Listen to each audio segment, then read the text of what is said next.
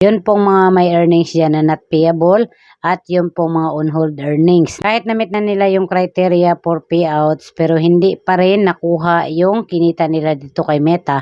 Kaya yung iba na on-hold at naging not payable.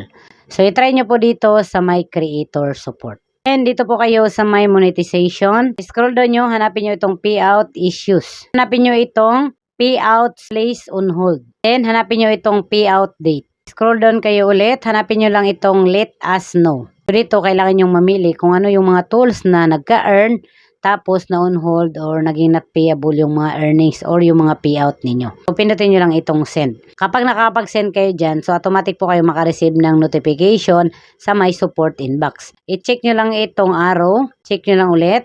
So makikita nyo dito agad-agad yung support inbox. So pindutin nyo lang itong support inbox. So, makikita nyo dito yung notification na na-receive ninyo. So, kung ano yung nakasulat sa notification, kung ano yung hinihingi, so i-provide nyo lang. So, yan pong mga earnings, no, mostly yun pong naging not payable. Yan po yung mga earnings na sample, yung stars na monetize kayo. Tapos, paano nyo na set up, umabot na ilang buwan. So, yung earnings ninyo, kapag tumagal na, hindi pa nyo set up, so naging not payable siya. So, kapag na-monetize kayo, i-set up nyo agad. At may instances din na kapag nagkaroon kayo ng mabigat na violation. Minsan kasi kaya gina-on-hold ni Meta yung earnings natin kasi gina-verify pa niya kung saan talaga natin nakukuha yung mga earnings natin.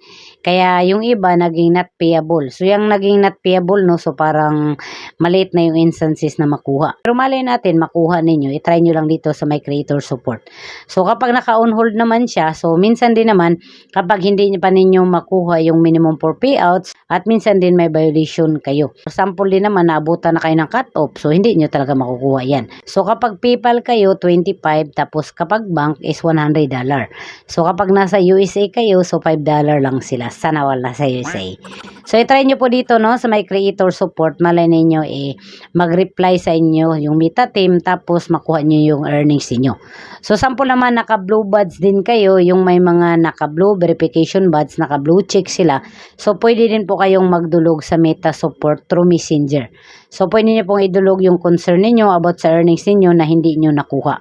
Mas maganda po kasi yun kasi through Messenger yung usapan ninyo. Sana po, no, makuha ninyo yung earnings ninyo na not payable at on hold.